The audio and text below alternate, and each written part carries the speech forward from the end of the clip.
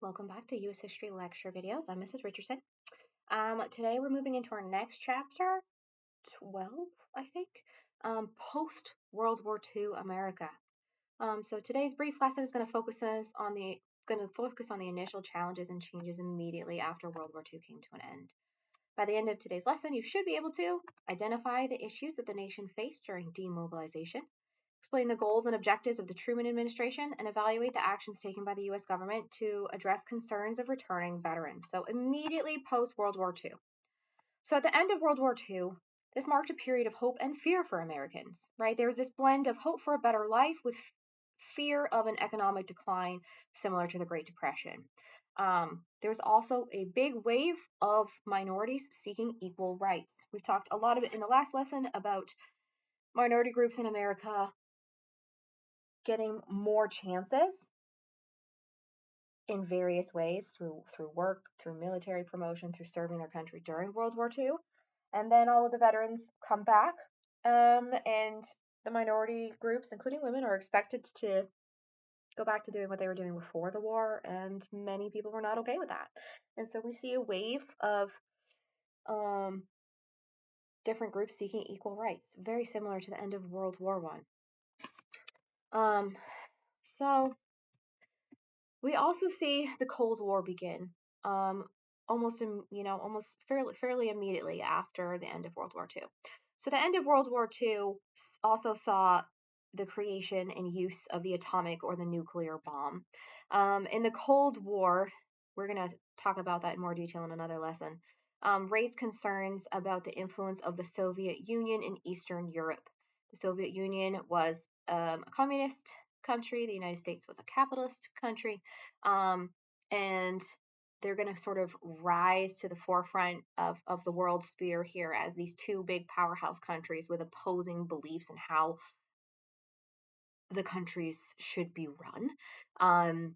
The Soviets and many communist converters believed that their goal and mission was to spread communism throughout the world. And the United States believed that its goal was to stop the spread of communism. And so this is going to go on for years. It's called the Cold War because it was never officially turned into an actual battle. It's often a war of technology, innovation, and weapons development, with each side sort of trying to be prepared for an attack by the other side. And so we'll talk a little bit more about that as we move forward through time. But after World War II and for some decades after, many Americans were quite terrified that a communist country could nuclear bomb the United States or start a nuclear war. And a lot of what happened was about keeping that from happening. But we'll talk about that a little more in another lesson. So initially after the war, the US government has to demobilize or sort of, take apart the military, reducing forces from 12 million to 1.5 million within a year or two of the end of the war. There was pressure for a quick return to civilian life, which was really difficult for many of these soldiers to adjust to. They had just been through hell on earth, seen and witnessed or experienced horrible things.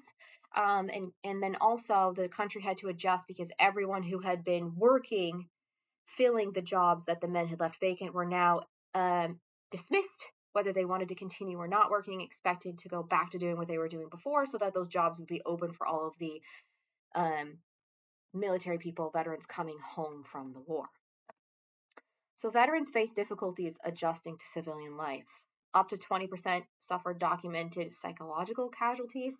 We're going to see things like PTSD, veteran suicide, family dynamics being split because they just couldn't adjust to non-military life, or they weren't properly treated for the trauma they had experienced because a lot of society still didn't understand what,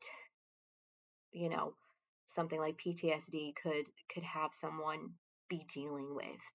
Some veterans were afraid they wouldn't be able to find work. Some veterans couldn't find work or be welcomed back into family life, or they weren't able to sustain the work that they were doing before due to PTSD. And so, and as a society, we weren't as supportive as we could have been. A lot of veterans were sort of expected to act normal, and then when they didn't, people were judging them, which only, of course, made things harder. The government passed the GI Bill of Rights to try and support veterans coming home. This provided unemployment compensation, education opportunities, and low interest loans for veterans to kind of help them get back on their feet. And over 2 million servicemen used this bill for education. This led to a big boost of college educated men, which was great. However, the GI Bill was heavily skewed in benefit of white veterans and not any minority veterans. And then this is going to create multiple generations of an economic divide, because those in minority groups like African Americans were not given the same opportunities after the war, even though they had served in the war. Those who did and were able to take advantage of the GI Bill helped create a skilled labor force, which contributed to the economy. And so it did help a good chunk of Americans coming back from the war. But remember, there were 9 to 10 million veterans. And so we see 2 million, which is a good chunk, but not all, use this GI Bill. And women had to adjust as well. Many women were fired from their wartime jobs to make room for returning soldiers, whether they wanted to work or not. So the percentage of women in the workforce remained around 1/3. And this post-war period is going to set the stage for women's rights in the workplace, which we'll talk about in some future lessons. So focusing on African Americans for a minute, those African Americans who'd served in the army and worked in defense industry didn't want to return to normal. They wanted to have the same rights and opportunities that other Americans had. Still, other citizens were less concerned with the economy or civil rights, and they looked at suspicion at the Soviet presence in Eastern Europe, which is going to create paranoia. What would happen now if that the United States and the Soviet Union were no longer allies? Harry Truman, president for less than a year when the war ended, was charged with addressing all of these concerns. So early in his presidency, President Truman wanted to build on the promises of Roosevelt's New Deal, but he had a lot to do. He had to demobilize the armed forces, prepare for the homecoming of all those who had served, guide the nation through the process of returning to a peacetime economy. Remember all the things the government did to switch from producing cars, for example, to producing airplanes. Well, now we have to switch back. So the president proposed an ambitious program of social legislation, so a series of laws that focused on things like establishing a federal minimum wage, expanding Social Security and public housing, and prohibiting child labor. Wartime price controls were kept for a while on some items, but removed from others in sort of a slow transition for the government to step back from its control of the economy. Truman referred to these programs as the Fair Deal, which was sort of a nod to the New Deal that Roosevelt did. He wanted the Fair Deal to include Americans of color, and he actually was the first president to address the National Association for the Advancement of Colored People, which is a big deal.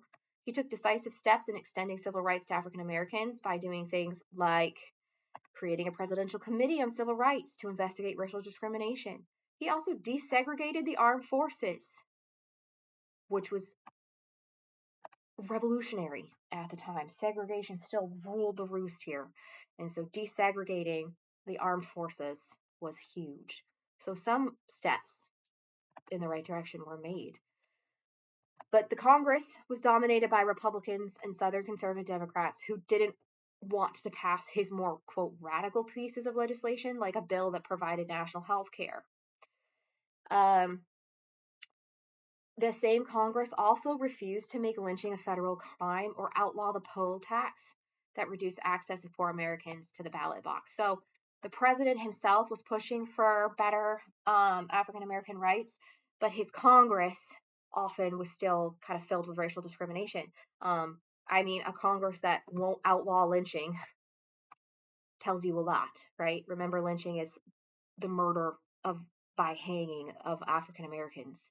And the vast majority of people who lynched someone received no consequence for that because they were supported by the people who were in power in their area. You know, how do you get justice for a murder if the people who committed the murder are, the local sheriff and, supported by the local mayor in secret, right? It was just so systemic, the racism. Okay, so in conclusion, post-World War II was a big time of change. We're going to see the civil rights movement. We talked a bit about the GI Bill, and we're going to see another women's rights movement come through here. We'll talk all about those in different lessons as we move forward through time. That's it for today.